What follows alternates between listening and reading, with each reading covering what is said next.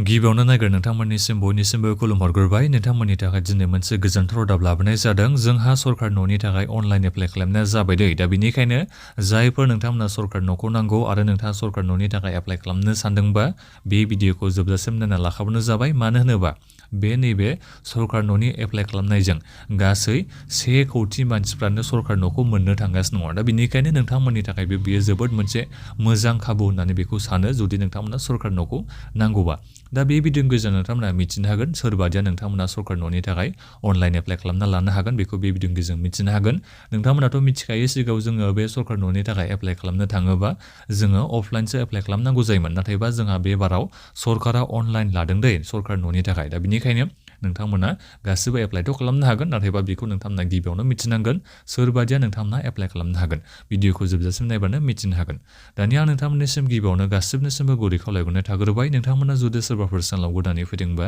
जाहाथे नोंथांमोना बेबादिनो भिडिअ मोननो हायो बिनि थाखाय नोंथांमोना गिबियावनो गासिबो चेनेलखौ साबस्क्राइब खालामनानै लाग्रोलायबानो जाबाय दा जोंहा बे स्किमनि नामा जाहैबाय प्रधान मन्त्रि आवास योजना उर्बान 2.0 होननानै जों बेखौ बुंनाय जायो बे जाहैबाय जोंहा स्किमनि नामा दा बिनि थाखाय जोंहा अनलाइन रेजिस्ट्रेसन स्टार्टेड होननानै बेहाय बुंदों मानो जोंहा बे अनलाइन रेजिस्ट्रेसन खालामनाया एबा अनलाइन एप्लाइ खालामनाया जोंहा जागायजेनबाय दायो नोंथांमोना अनलाइन एप्लाइ खालामनो हायोसै गासै बे प्रधान मन्त्रि आवास योजना उर्बान 2.0 नि जोहै 1 कौटि मानसिफ्रा न' मोननो थांगासिनो दङ दै नोंथांमोना नायनो हागोन नै दानिया बेथ' जाहैबाय जोंहा 1 कौटि मानसिफ्राथ' न' मोननो थांगासिनो दङ नाथायबा नोङो एप्लाइ खालामनानै नोंबा न'खौ मोननो हागोन हाया दा बेसो जोंहा मोनसे इम्पर्टेन्ट बाथ्राया दा बेफोरखौ आं खोन्थाहरसै नोंथांमोननो सोरबादिया नोंथांमोना एप्लाइ खालामनो हागोन आरो एप्लाइ खालामनो थाखाय मा डकुमेन्ट्स होनांगोन बेफोरखौबो नोंथांमोना मिथिनो हागोन दा बावैसो जोंहा बेखौ आसाम गभर्नमेन्टआ फेसबुकाव पस्ट होदों नोंथांमोना बेखौ फेसबुकाव फैयोबा नायनो हागोन दा बेहायथ' फुरा डिटेल्स होआखै जेनेबा नोंथांमोना सोर एप्लाइ खालामनो हागोन हाया बेखौ दा नोंथांमोननिसिम आं बेखौ खोन्थाहरनोसै सोर एप्लाइ खालामनो हागोन जोंहा अफिसियेलि बेहाय स्किमनि डिटेल्स होनाय दंखायो दा बेवहाय नायोबा नोंथांमोना नुनो हागोन नै दा बेवहाय ओरैनो होन्दों आरो न'आथ' बियो जोबोद फैसाखौथ' जोबोद बुरजा मोनगोन बेहाय 3 लाखनिबो बारा जाहैनो हागौ 2 लाखनि बारा जाहैगोन होननानै बेखौ बुंबानो जाबाय बे स्किमनि जोहै फैसा मोनगोन ना नोंथांमोना न' लुनो थाखाय 3 लाखनि बारा जाहैगोन होननानै बेखौ बुंनो नांगोन नाथायबा बेजों नोंथांमोना न'खौ लुनो मोननाय नङा होननानैसो बेखौ बुंनो नांगोन मानो होनोबा सरकाराबो बेखौ न'खौ लुनानैबो होनो हागौ दै दा बेथ' एसे उनावसो डिपेन्ड जाहैगोन गिबियावनो मेन खोथायानो जाहैबाय एलिजिबिलिटि क्राइटेरिया दा बेहाय एलिजिबिलिटि क्राइटेरिया जाहैबाय इक'नमिकेलि उइकार सेक्सन जुदि न'खरनि फेमिलिनि इनकामा 3 लाखनि खमबा अब्ला नोंथांमोना बे स्किमनि थाखाय एप्लाइ खालामनो हागोन बिनिफ्राय ल' इनकाम ग्रुपआव जुदि गोलैयोबा अब्ला न'खरनि फेमिलिनि इनकामा 3 लाखनिफ्राय लानानै 6 लाखनि सिङाव दङबाबो एप्लाइ खालामनो हागोन मिडल इनकाम ग्रुप बिथांमोननिया जुदि 6 लाखनिफ्राय जागायजेननानै 12 लाखनि गेजेराव गोलैबाबो एप्लाइ खालामनो हागोन बे माखासे केटेगरि जाहैबाय आरो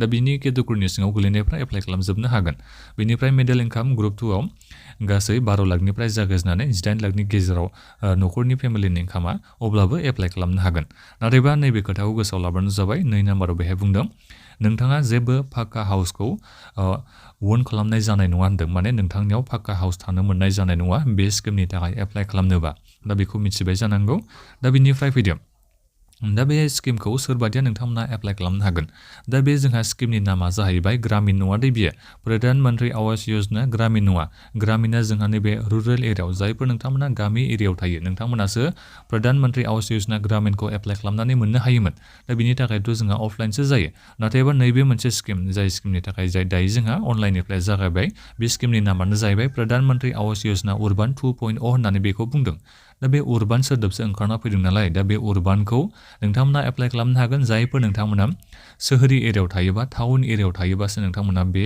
प्रधान मन्त्रि आवास योजना उर्बान 2.0 नि थाखाय अनलाइन एप्लाइ खालामनानै लानो हागोन दा बेखौ नोंथांमोना गासिबो मिथिबाय जानांगौ सोरबादिया नोंथांमोना एप्लाइ खालामनो हागोन आं बेखौ एसे मोजाङै खोन्थाहरनोसै प्रधान मन्त्रि आवास योजना ग्रामिनसो जोंहा गामि एरियानि गासिबो मानसिफ्रानो एप्लाइ खालामनानै लानो हायो नाथायबा नैबे प्रधान मन्त्रि आवास योजना उर्बानखौ जायफोर नोंथांमोना सोहोरि एरियायाव थायो जायफोर नोंथांमोना टाउन एरियायाव थायो नोंथांमोनासो बे स्किमनि थाखाय एप्लाइ खालामनानै लानो हायो दे जोंहा बेहायनो लिरना होनाय दंखायो नोंथांमोना बेखौ नायबानो जाबाय नैबिलाय बेहाय लिरना होनाय दंखायो 4 नाम्बाराव दा बेथ' जाहैबाय जोंहा एलिजिबिलिटि क्राइटेरिया दा बेनिफ्राय फैदो बे स्किमखौ नोंथांमोना एप्लाइ खालामनो थाखाय मा डकुमेन्ट्सखौ नोंथांमोना होनो नांगौ नोंथांमोना नायबानो जाबाय नै आधार कार्ड नोंथांमोना होनो नांगोननो सेल्फ सार्टिफिकेट नोंथांमोना होनो नांगोन इनकामनि प्रुफ हिसाबै नोंथांमोना मोनसे प्रुफ होनो नांगोननो बिनिफ्राय नोंथाङा आइडेन्टिटि एबा रेसिडेन्सियेल प्रुफ हिसाबै पान कार्ड नङाबा भटार आइडि नङाबा ड्राइभिं लाइसेन्स नोंथांमोना होनो नांगोननो।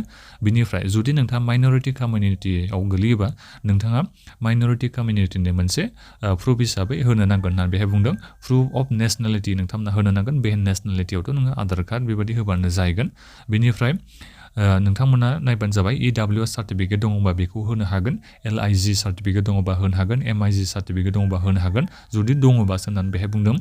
सेलारि स्लिप्स नोंथांमोना होनो नांगोन होननानै बेहाय बुंदों। दङबा होजागोन आरो नोंथांमोना। प्रुफ प्रपार्टि भेलुएसन सार्टिफिकेट नोंथांमोना होनो नांगोन। बेंक डिटेल्स एकाउन्ट स्टेटमेन्ट नोंथांमोना होनो नांगोन। बिनिफ्राय मोनसे प्रुफ नोंथांमोना होनो नांगोन जे नोंहा पाका हाउस गैजाया। बिनि नोंथांमोना मोनसे एफिडेभिट एबा मोनसे प्रुफ नोंथांमोना होनो नांगोन एप्लाइ खालामनाय समाव। दा बिनिफ्राय नोंथाङा जेबो न'खौ कनस्ट्राक्ट खालामाखै बे स्किमनि जोहै सिगाङाव बेफोरनिबो नोंथांमोना मोनसे प्रुफ होनो नांगोन होननानै जोंहा बेहाय बुंदों दे। दा बिनिखायनो नोंथांमोना मिथिबाय जानांगौ बे सरकार न'खौ सोर एप्लाइ खालामनो हायो। नैबे प्रधान मन्त्रि आवास योजना उर्बान 2.0खौ दा नोंथांमोना गासिबो बे सरकार न'नि थाखाय एप्लाइ खालामनो हायादै। जायफोर नोंथांमोनासो माने टाउन एरियायाव थायोबा सोहोरि एरियायाव थायोबासो नोंथांमोना बे सरकार न'नि थाखाय एप्लाइ खालामनो हागोन। नाथायबा नोंथाङा पाका हाउस गैजायैयासो नोंथाङा एप्लाइ खालामनो हागोन। पाका हाउस दङबाथाय एप्लाइ खालामनो हानाय नङा आरो। दा बिनिखायनो जायफोर सोहोर एरियायाव थायो टाउन एरियायाव थायो एप्लाइ खालामना लाबानो जाबाय। आं नोंथांमोननिसिम अनलाइन एप्लाइ लिंकखौ भिडिअनि डिसक्रिपसनाव होनानै दोनखादों। नोंथांमोना नायनो हागोन। नोंथांमोना बेखौ अफलाइनबोथ' एप्लाइ खालामनो हाखायो। नाथायबा अनलाइनबो नोंथांमोना एबाराव एप्लाइ खालामनो हायो। दा बिनिखायनो चेक खालामबानो जाबाय भिडिअनि डिसक्रिपसनाव। आं नोंथांमोननिसिम अनलाइन एप्लाइ लिंकखौ होनानै दोनखादों। गासै नैबे प्रधान मन्त्रि आवास योजना उर्बान 2.0नि जोहै 1 कोटि मानसिफ्रा न' मोननो थांगासिनो दङ। दा नोंहाबो जुदि एप्लाइ खालामना लायोबा नोंथाङाबो मोननायनि गोबां चान्स दङ। मानो होनोबा गोगोमथार मानसिफ्रानो माने मोननो हागोन। गोबांथार बुरजा मानसिफ्रानो माने न'खौ मोननो थांगासिनो दं नालाय। दा बेनिखायनो चान्स थायो आरो नोंथाङाबो मोननायनि जुदि नोंथाङा इलिजिबोलबा। दा बेखिनियानोमोन। माबाफोर नोंथांमोना दायो सोंनांगौ दङबा भिडिअखौ बक्सआव कमेन्ट खालामबानो जाबाय। आरो बे भिडिअखौ नोंथांमोना गासिबो मानसिफोरनो शेयार खालामबानो जाबाय। जाहाथे जायफोर इलिजिबोल बिथांमोना एप्लाइ खालामनानै न'खौ मोननो हायो। दा बेखिनियानोमोन। भिडिअखौ नोंथांमोना गासिबो लाइक खालामदो आरो बेबादिनो भिडिअ मोननो थाखाय नोंथांमोना चेनेलखौ साबस्क्राइब खालामनानै लाबानो जाबाय। गोजोन्थों।